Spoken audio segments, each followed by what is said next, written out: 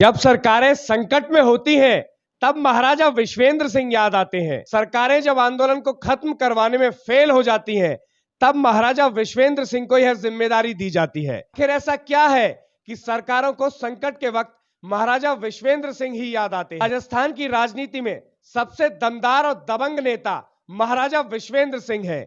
यह एक बार फिर से साबित हो गया है। इनकी बात कोई नहीं टाल सकता। दमदार और दबंग व्यक्तित्व के साथ रणनीतिक चातुर्य के चलते उन्हें राजस्थान की राजनीति का चाणक्य भी माना जाता है। राजस्थान सरकार बचाने से लेकर राज्यसभा चुनाव जिताने तक उनकी मुख्य भूमिका रही। राज्यसभा चुनाव में पहले जब विधायक नाराज चल रहे थे तो पार्टी पर संकट था, तब महाराजा विश्वेंद्र सिंह ने संकट मोचक की भूमिका निभाई। मुख्यमंत्री अशोक गहलोत ने नाराज विधायकों को मनाने का जिम्मा महाराजा विश्वेंद्र सिंह को सौंपा।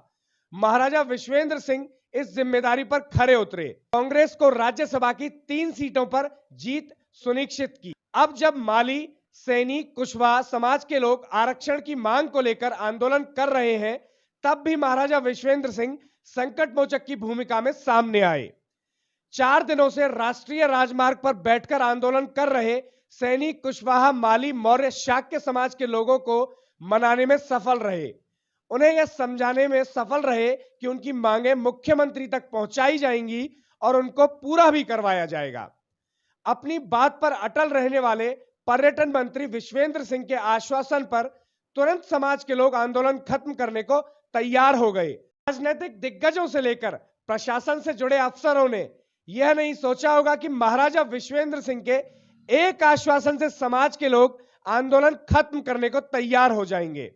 आंदोलन करने से पहले समाज के लोगों ने अल्टीमेटम दिया था कि जब तक उनकी मांगें पूरी नहीं होंगी, तब तक आंदोलन खत्म नहीं होगा। आंदोलन खत्म नहीं होगा तो राष्ट्रीय राजमार्ग भी खाली नहीं किया जाएगा। लेकिन महज 4 दिनों में राजनीति के चाणक्य महाराजा विश्वेंद्र सिंह के आश्वासन पर आंदोलन को खत्म कर दिया। समाज के लोगों ने कहा कि महाराजा विश्वेंद्र सिंह राजनीति में एक ऐसे व्यक्ति हैं जो वो कहते हैं वही वो करते हैं। उन्होंने आश्वासन दिया है कि उनकी मांगों को मुख्यमंत्री के सामने रखा जाएगा। जो भी संभव मांगे होंगी उनको पूरा भी करवाया जाएगा। ऐसा नहीं है कि दुनिया ने पहली बार महाराजा विश्वेंद्र सिंह का यह रूप देखा है। संकट के वक्त महाराजा विश्वेंद्र सिंह सरकारों और आंदोलनकारियों के बीच सुलह करवाते रहे हैं। यह कहना भी कोई अतिशयोक्ति नहीं होगा कि जब सरकारें आंदोलन को खत्म करवाने में फेल हो जाती हैं, तब महाराजा विश्वेंद्र सिंह याद आते हैं। महाराजा विश्वेंद्र सिंह संकट मोचक हनुमान की तरह आंदोलन को खत्म करवाकर जनता और सरकार की मुश्किलों को कम करते हैं। बात अगर हम राजस्थान के सबसे बड़े आंदोलन गुर्जर आरक्षण आंदोलन की करें तो लंबे समय तक यह आंदोलन चला। 72 माताओं ने अपने बेटों को खो दिया। उस वक्त भाजपा की वसुंधरा राजे सरकार को भी आंदोलन खत्म करवाने का कोई रास्ता नजर नहीं आ रहा था। तब संकट मोचक की भूमिका में महाराजा विश्वेंद्र सिंह सामने आए। आंदोलन को खत्म करवाकर बड़े संकट से सरकार को बचाया। गुर्जर समाज के लोगों को यह समझाने में महाराजा विश्वेंद्र सिंह सफल रहे कि सरकार की तरफ से हर संभव मांग पूरी की जाएगी। इसके बाद आरक्षण की मांग को लेकर जाट आरक्षण हुआ। उस समय भी भाजपा की सरकार थी। सरकार को समझ में नहीं आ रहा था यह मुश्किल हल कैसे करे। संकट से घिरी भाजपा सरकार को भरतपुर रियासत के महाराजा विश्वेंद्र सिंह याद आए। महाराजा विश्वेंद्र सिंह ने एक बार फिर अपना रणनीतिक कौशल दिखाते हुए आंदोलनकारियों को मनाने में सफल रहे।